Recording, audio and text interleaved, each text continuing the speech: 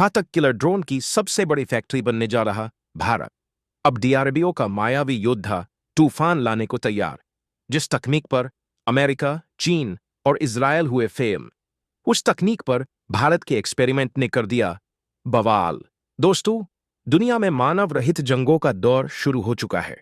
इसे देखते हुए भारत भी कमर कस चुका है और भारतीय रक्षा एवं अनुसंधान संगठन यानी डीआरडीओ इसके लिए दमदार लड़ाके तैयार कर रहा है। पिछले साल ही ऐसे एक खतरनाक ड्रोन का सफल टेस्ट किया गया था, जो भयानक ताकतों और क्षमताओं से लैस है। इसे स्विफ्ट बुलाया जा रहा था, मतलब स्टेल्थ विंग फ्लाइंग टेस्टेड। वैसे इसका नाम है autonomous flying wing technology demonstration. इसे बनाने के पीछे भारत का मकसद चीन और पाकिस्तान के ड्रोन के मामले में बढ़ रही चुनौतियों का सामना करना था।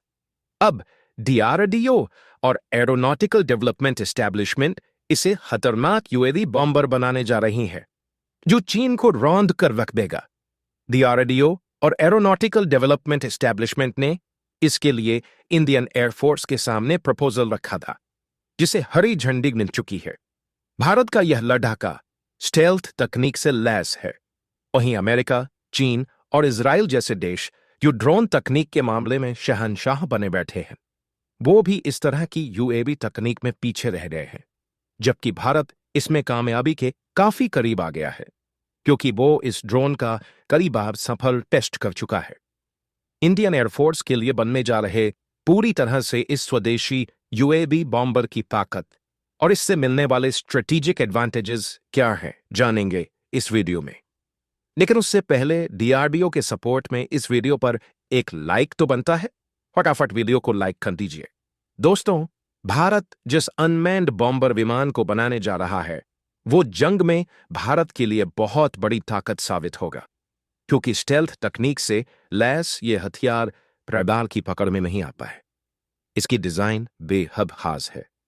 इसे लेकर इंडियन एयरफोर्स की बहुत बड़ी रणनीति है, जो जंग के मैदान में दुश्मन का पूरा गेम पलट देगी। इस बारे में हम आपको सब कुछ बताएंगे, लेकिन इससे पहले हम आपको यह बताना चाहेंगे कि जिस ड्रोन को यूएवी बॉम्बर में तब्दील किया जा रहा है, वो कितना खास है। तो दोस्तों, अमेरिका के B-2 बॉम्बरशिप की तरह दिखने वाला ये विमान पूरी तरह से ऑटोमेटिक है। ये खुद टेक ऑन ऑफ करता है और मिशन पूरा करने के बाद खुद ही लैंडिंग करता। यह अनमैन्ड एरियल व्हीकल्स के डेवलपमेंट की दिशा में भारत की ताकत को दिखाता है। ये एक छोटे टर्बोफैन इंजन से उड़ता है। विमान के लिए उपयोग किए जाने वाले एयरफ्रेम, अंडर कैरेज, सारे उड़ान कंट्रोल और एवियोनिक्स सिस्टम स्वदेशी हैं, यानी यह सारे पार्ट्स भारत में ही बनाए गए हैं, जो डिफेंस सेक्टर में आत्मनिर्भर भारत का दम दिखा रहा है। आज के युग में मानव रहित एरियल व्हीकल यानी यूएवी जंग में बेहद जरूरी हो गया है। हर जंग में इनका जबरदस्त इस्तेमाल किया जा रहा है, चाहे वो रूस यूक्रेन की जंग हो या फिर इजराइल गाजा की जंग हो। वहीं आर्मेनिया अजरबैजान के बीच जंग में भी यूएवी की ताकत को दुनिया ने देखा है, और इसी की ताकत के दम पर अजरबैजान ने आर्मेनिया से नागोर्नो काराबाख का इलाका छीन लिया था। ये ड्रोन उसने तुर्की से हासिल किए थे। इसी वजह से आर्मेनिया ने बाद में भारत से एंटी ड्रोन सिस्टम खरीदे थे। यूएवी यानी ड्रोन तकनीक पर अब आतंकियों की भी पहुंच बनती जा रही है।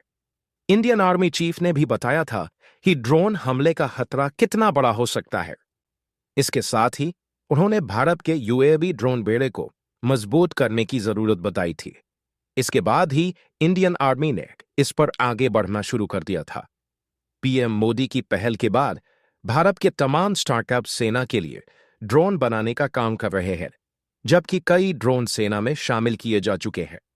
जबकि भारत कई तरह के विदेशी ड्रोन भी इस्तेमाल करता है, जो लड़ाकू ड्रोन है। भारत ने अमेरिका से भी MQ-9 रीपर ड्रोन की डील कर रखा है। ड्रोन और यूएवी के मामले में पाकिस्तान और चीन तेजी से काम कर रहे हैं।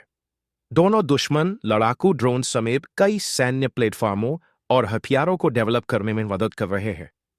इसीलिए भारत ने जवाब में इस रहस्यमयी स्टेल्थ ड्रोन घातक को बनाया था। इंडियन नेवी में शामिल करने के लिए इसके एक डेक बेस्ड लड़ाकू यूएवी वेरिएंट को भी तैयार किया जा रहा है। अब डीआरडीओ और एबी मिलकर इसे यूएवी बॉम्बर में तब्दील करने वाले हैं, जो इंडियन एयरफोर्स की ताकत में भयंकर इजाफा कर देगा। यह हथियार 200 किलोग्राम का पेलोड ले जाने में होगा सक्षम। जीटीआरई द्वारा विकसित मानिक इंजन का करेगा इस्तेमाल। दोस्तों, बनाया जाने वाला बॉम्बर पूरी तरह से स्वदेशी होने वाला है। यह भारत के स्वदेशी इंजन का ही इस्तेमाल करेगा। यह गैस टर्बाइन रिसर्च एस्टेब्लिशमेंट द्वारा तैयार मानिक इंजन का इस्तेमाल करेगा। जीटीआरई लड़ाकू विमान के लिए भी इंजन तैयार कर रहा था, जिसे कावेरी प्रोजेक्ट मान दिया गया था। लेकिन तमाम ताकत झोंकने के बाद भी यह इंजन लड़ाकू विमान उड़ाने में तो कामयाब नहीं हो पाया था। लेकिन अब इस इंजन का इस्तेमाल भी तमाम यूएवी में किया जा रहा है। हालांकि मानिक इंजन उससे अलग है और जीटीआरई अब कावेरी प्रोजेक्ट के तहत फिर से लड़ाकू विमानों के इंजन को विकसित करने में लग गया है। जीटीआरई का दावा है कि इसमें 25 से 30% काम करके इसे लड़ाकू विमानों के लिए तैयार किया जा सकता है, जिससे कि भारत को तेजस MK1 के लिए अमेरिकी इंजन से छुटकारा मिल सके, जबकि आगे चलकर इसे एमका के लिए भी तैयार किया जा सके। हालांकि जीटीआरई के पहले कावेरी इंजन का इस्तेमाल करके छठी पीढ़ी के ड्रोन और यूएवी विमान तैयार किए जा रहे हैं। इस तरह से यह इंजन भी नाकाम नहीं कहा जा सकता है, जिसे भारत ने बिना किसी विदेशी सहयोग के विकसित किया था, क्योंकि न्यूक्लियर टेस्ट के बाद अमेरिका ने भारत पर तमाम सैन्य प्रतिबंध लगा दिए थे और खुद रूस भारत को इस मामले में मदद करने से बच रहा था। वहीं भारत का बनने जा रहा यह लड़ाकू बॉम्बर देश की मजबूत एरियल टेक्नोलॉजी को दिखा रहा है, जिसमें हर टेक्नोलॉजी और इंजन स्वदेशी तरीके से डेवलप किया गया है। यह बॉम्बर 200 किलो का विस्फोटक कैरी कर सकेगा, जबकि यह प्रिसिजन गाइडेड हथियार भी ले जा सकता है।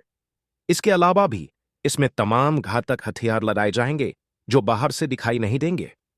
वहीं यह पहले से ही स्टेल्थ तकनीक से लैस है, जिसे और मजबूत बनाया जाएगा, जिससे यह दुश्मन के सुरक्षा चक्र को भेद सके।